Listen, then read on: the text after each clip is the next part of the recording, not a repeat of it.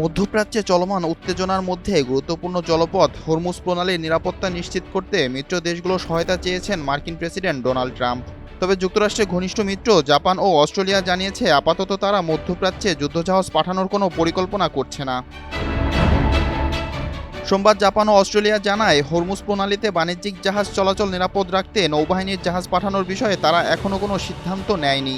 এর আগে ট্রাম্প মিত্র দেশগুলোকে নিয়ে একটি আন্তর্জাতিক জোট গঠনের আহ্বান জানান, যাতে বিশ্বের অন্যতম গুরুত্বপূর্ণ এই জলপথে জাহাজ চলাচল অব্যাহত রাখা যায়। এখন ঘরেই হবে বিয়ে বাড়ির পোলাও, যদি থাকে আকিজ এসেনশিয়াল সুগন্ধি চিনি গুঁড়া চাল। মধ্যপ্রাচ্যে যুক্তরাষ্ট্র, ইসরায়েল ও ইরানের সংঘাত তৃতীয় সপ্তাহে গড়ানোর পর পুরো অঞ্চলেই অস্থিরতা বেড়েছে এবং এর প্রভাব পড়েছে বৈশ্বিক জ্বালানি বাজারেও। বিশ্বের মোট জ্বালানির প্রায় 20% এই প্রণালী দিয়ে পরিবাহিত হওয়ায় এর নিরাপত্তা আন্তর্জাতিক বাণিজ্যের জন্য অত্যন্ত গুরুত্বপূর্ণ।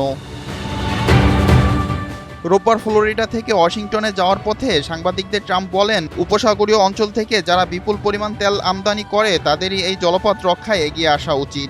তার ভাষায়, আমি চাই এসব দেশ এগিয়ে এসে নিজেদের অঞ্চল রক্ষা করুক, কারণ এটি তাদের এলাকা, এখান থেকেই তারা তাদের জ্বালানি পায়।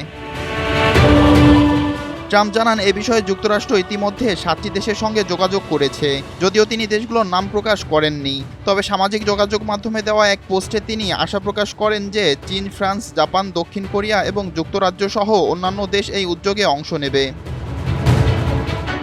তবে জাপানের প্রধানমন্ত্রী সানে তাকাইচি সোমবার পার্লামেন্টে বলেন, তাদের যুদ্ধবিরোধী সংবিধানের সীমাবদ্ধতার কারণে মধ্যপ্রাচ্যে জাহাজ পাঠানোর কোনো পরিকল্পনা নেই। তিনি বলেন, জাপানে আইনি কাঠামোর মধ্যে থেকে কিভাবে পরিস্থিতিতে ভূমিকা রাখতে পারে তা এখনও পর্যালোচনা করা হচ্ছে।